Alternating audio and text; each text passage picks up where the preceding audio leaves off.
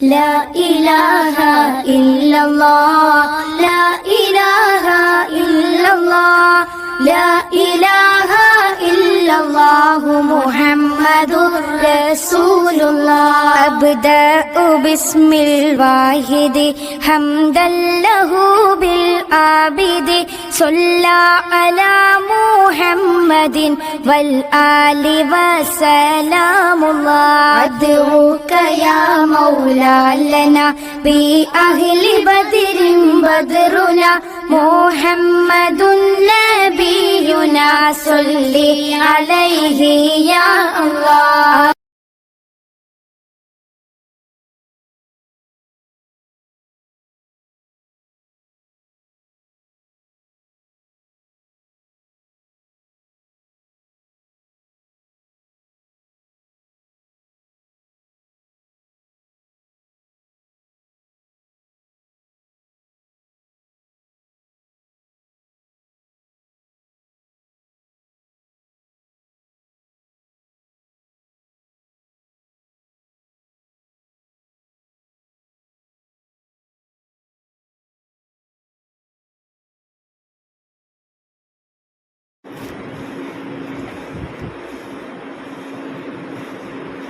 السلام عليكم ورحمة الله تعالى وبركاته.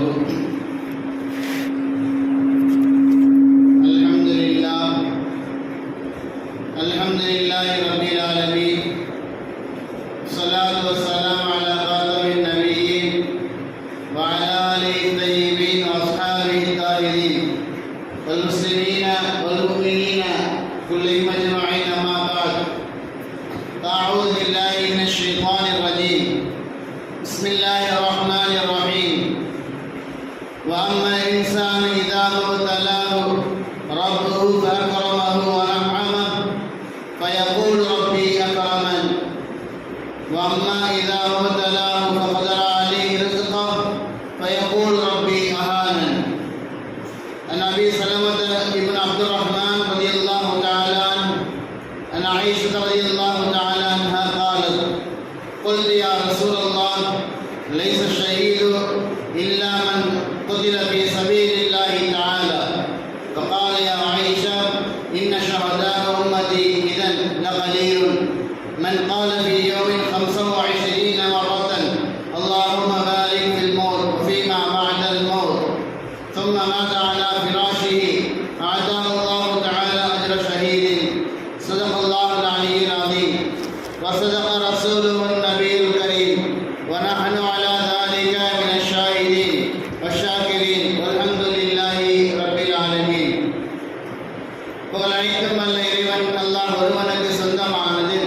அருமைநாயகம் முஹம்மது முஸ்தபா ரசூலே கரீம் ஸல்லல்லாஹு அலைஹி வஸல்லம் அவர்கள் மீதும் அவர்கள் கொண்டு வந்த மார்க்கத்தை தன்னுடைய வாழ்க்கையாக எடுத்து நடந்து ஈருலகத்திலும் வெற்றி பெற்ற உத்தம சத்திய சஹாபாக்கள், தாபிஈன்கள், தபஅ தாபிஈன்கள், வலிமார்கள், ஷுஹதாக்கள், சாலிஹீன்கள், நாதாக்கள், நல்லோர்கள், நம்மவர்கள், நம்முடைய குடும்பத்தார் அனைவரின் மீதும் அல்லாஹ்வின் அன்பும் அருளும் என்றென்றும் நிலையாக நிலைத்து நிரந்தரமாக உண்டாகட்டுமாக. ஆமீன். கண்ணியம் நிறைந்த அல்லாஹ்வின் நல்லடியார்களே, அல்லாஹ் சுப்ஹானஹு வ தஆலா புனிதமான ரஜப் மாதத்தில் நம்மை இங்கு ஒன்று சேர்த்திருக்கின்றார். ரமலானை எதிர்நோக்கியவர்களாக, ரமலானிற்காக துஆ செய்யக்கூடியவர்களாக, ரமலானின் நன்மையை முழுமையாக அடையக்கூடியவர்களாக அல்லாஹ் நம்மை ஆக்கி செய்தவனாக. அருமையானவர்களே, ரஜப் மாதம் என்று வந்துவிட்டாலே நபிகள் பெருமானார் ஸல்லல்லாஹு அலைஹி வஸல்லம் அவர்கள் இந்த உம்மத்திற்கு கற்றுத்தந்த ஒரு துஆ, அல்லாஹும்ம பாரிக் லனா ஃபீ ரஜப வ ஷஅபான் வ பல்லிக்னா ரமலான் என்ற துஆ என்பது நமக்கு எல்லாம் தெரியும். பொதுவாகவே மனிதனுடைய வாழ்க்கை பரக்கத்திருக்க வேண்டும் என்பதாக ஆசை கொள்வான். எல்லா மனிதர்களுக்கும் என்னுடைய வாழ்வாதாரத்தில், என்னுடைய வியாபாரத்தில், குடும்பத்தில், பொருள் செல்வங்களில், சொத்துகளில் பரக்கத்திருக்க வேண்டும் என்ற ஒரு ஆசை கண்டிப்பாக இருக்கத்தான் செய்யும். அதில் பரக்கத்தில்லை என்பதாக யாரும் சொல்ல முடியாது. பரக்கத்து எனக்கு தேவையில்லை என்பதாக யாரும் சொல்ல முடியாத அளவிற்கு ரிக்வெஸ்ட் பயப்பட முடியாது. நீங்கள் பண்ணிக்கங்க, எங்கே ரிக்வெஸ்ட் செய்யலாம். நீங்கள் பேசிக்கங்க.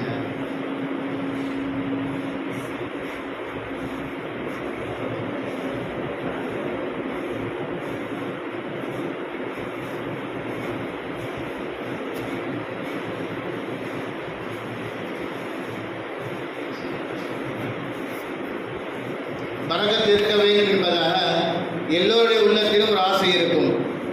எனக்கு என்னுடைய வாழ்வாதாரத்தில், பொருளாதாரத்தில், சொத்து செல்வங்களில் பரக்கத் இருக்க வேண்டும் என்ற ஆசை எல்லோருடைய உள்ளத்திலும் ஆவலாக இருக்கக்கூடிய ஒரு எண்ணமாக இருக்கின்றது. நமக்கெல்லாம் தெரியும், அல்லாஹ் சுப்ஹானஹு வ தஆலா யாருக்கு பரக்கத் செய்து விட்டானோ அவருடைய வாழ்க்கையில் எல்லா விதமான மகிழ்ச்சியும், எல்லா விதமான சந்தோஷங்களும் அவருடைய வாழ்க்கையில் வந்துவிடும்.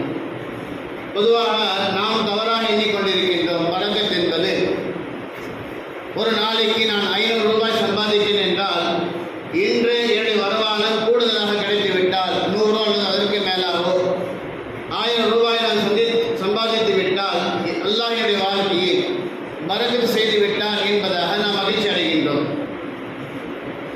அல்லது அல்லாஹ் சுப்ஹானஹு வ தஆலா எனக்கு ஒரு சோதனை தந்து விட்டால் நாம் சொல்வோம், என்னுடைய வருமானத்தில் இன்று குறைபாடு ஏற்பட்டு விட்டால், என்னுடைய உணவில் இன்று குறைபாடு ஏற்பட்டு விட்டால் அல்லாஹ் என்னை சோதித்து விட்டான், என்னுடைய வாழ்க்கையில் பரக்கத் இல்லாமல் போகிவிட்டது என்பதாக நாம் நினைத்துக் கொள்வோம். அதே போன்று யாருக்கு அல்லாஹ் சுப்ஹானஹு வ தஆலா அதிகமான சொத்து செல்வங்களை தந்திருக்கின்றானோ அந்த நபரை பார்த்து நாம் சொல்வோம், இவர் பரக்கத்தாக வாழ்கின்றார் என்பதாக. யாருக்கு சொத்து செல்வங்கள் இல்லையோ, ஏழ்மையாக இருக்கின்றாரோ, அல்லாஹ் இவருக்கு பரக்கத் செய்யவில்லை என்பதாக நாம் தவறாக எண்ணிக்கொண்டிருக்கின்றோம். அருமையானவர்களே, அதிகப்படியாக சொத்துக்கள் செல்வங்கள் கிடைப்பது பரக்கத்தும் அல்ல, சொத்து செல்வங்கள் இல்லாமல் போகுவது பரக்கத் இல்லை என்பதாகவும் இல்லை.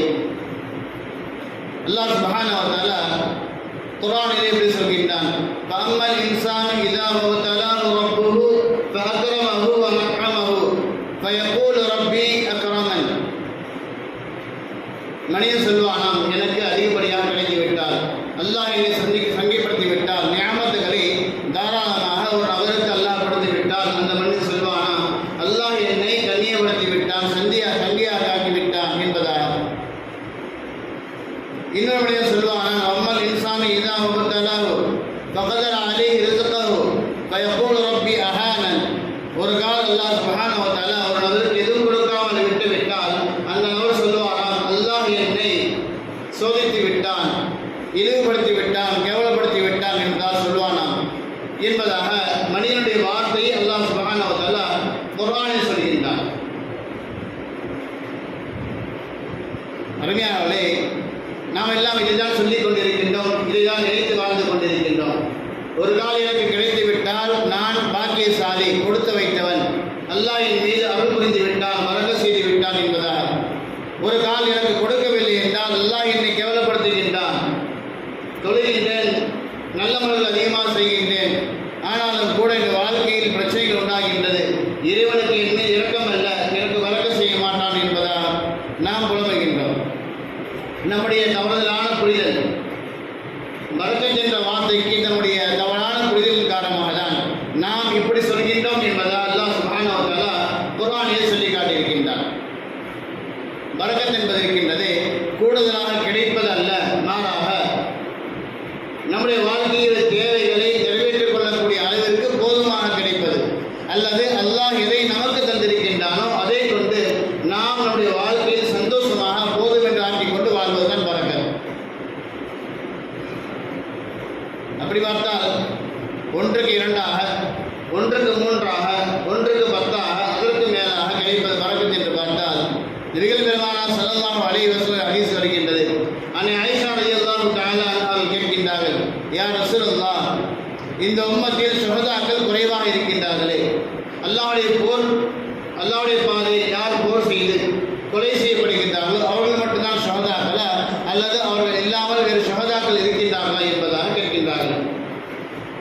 அருமையானவர்களே, அன்னை ஆயிஷா ரலியல்லாஹு தஆலா அவர்கள் நபிகள் பெருமானார் ஸல்லல்லாஹு அலைஹி வஸல்லம் கேட்கக்கூடிய கேள்வி, அல்லாஹ்வுடைய பாதையில் போர் செய்து இறந்து போனால் மட்டும்தான் அவர் ஷஹீதா, அல்லது வேறு ஏதாவது ஷுஹதாக்கள் இருக்கின்றாரா என்பதாக ஒரு கேள்வி கேட்கின்றார்கள்.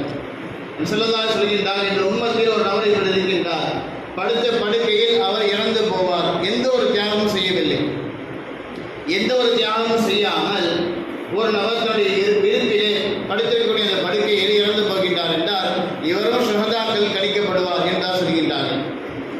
எப்படிப்பட்ட நபர் என்று பார்த்தால், யார் ஒவ்வொரு நாளும் அல்லாஹும்ம பாரிக் ஃபில் மௌத் வ ஃபீமா பஅதல் மௌத் என்ற துஆவை 25 முறைகள் யார் அல்லாஹ்விடம் கேட்கின்றார்களோ அல்லாஹ் சுப்ஹானஹு வ தஆலா அந்த நபருக்கு ஷஹீதுடைய நன்மை தருகின்றான் என்பதாக நபிகள் பெருமானார் ஸல்லல்லாஹு சொல்கின்றார்கள்.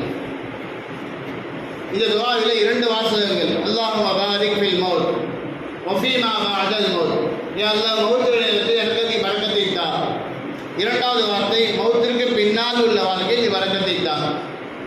நம்முடைய கணிப்பின்படி எடுத்துக்கொண்டால் பரக்கத் என்பது அதிகமாக கிடைப்பது, கூடுதலாக கிடைப்பது என்று நாம் எடுத்துக்கொண்டால் மௌத்திற்கு பின்பதாக கிடைக்கக்கூடிய வாழ்க்கையில் அல்லாஹ் பரக்கத் எப்படி செய்வான் என்று நமக்கு விளங்கும்.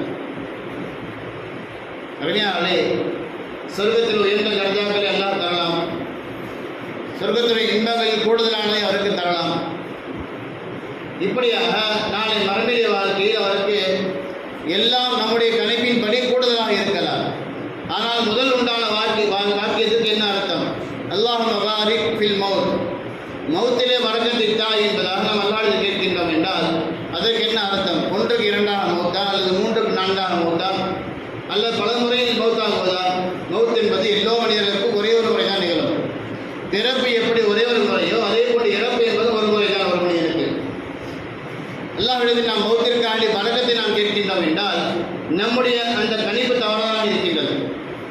கூடுதலாக கிடைப்பது என்றால் 2 தடவைகள் மௌத்தாக வேண்டும், 3 தடவைகள் மௌத்தாக வேண்டும், 10 தடவைகள் மௌத்தாக வேண்டும்.